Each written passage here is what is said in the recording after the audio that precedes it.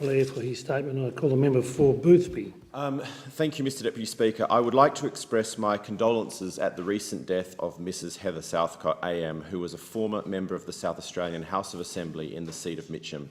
Heather was my great-aunt. I thank the South Australian members of Parliament who have spoken on the condolence motion in the Legislative Council and those who will speak on the condolence motion in the House of Assembly today. Heather was born in 1928 and was the daughter of a bank manager and a community-minded homemaker, and was raised in the tradition of the Scots Free Church.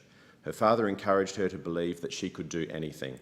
She studied pharmacy at the University of Adelaide and was one of only 4 women in her year. She met her husband, Ron Southcott, my great-uncle, when they both worked at the Door Park Repatriation Hospital and married in 1952. At that time, the marriage bar required Heather to leave her job as a Commonwealth public servant. She returned to private work in pharmacy while raising 2 daughters, Jane and Anne-Marie. I want to speak a little about Heather's family. They were and are a high-achieving family with an enormous range of interest and a strong ethos of service. I often met people who'd worked with one of them and was always happy to reflect in what they had done. Being a relative, it was an association which I found I was always proud of and had a very high regard for the work that Heather and the rest of her family had done.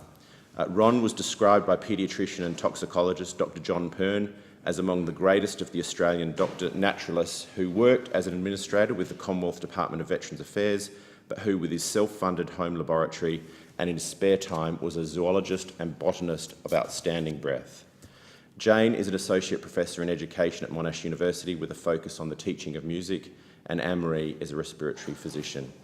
Heather described herself as a joiner and was involved in numerous groups: the National Council of Women, the Women's Pharmacists Group, the group which established the Adelaide Women's Memorial Playing Fields, the United Nations Association of Australia. She joined the Women's Electoral Lobby and became interested in Indigenous issues through her association with the Scots Free Church. She joined the Liberal and Country League and made a similar journey to Robin Milhouse, moving to the Liberal movement, the New Liberal movement, and finally the Australian Democrats. She won the Mitcham by-election in 1982, where she beat the Liberal candidate Robert Worth, the husband of Trish Worth. She was the first woman to lead a political party in Australia, being the state leader and later the national leader of the Australian Democrats. She only spent 6 months in the South Australian Parliament. She did not really enjoy. She enjoyed the electorate work. She did not enjoy being a sole Democrat in the Parliament, but was able later to use the work and the experience for a variety of community organisations, very active in the community. My condolences to her family.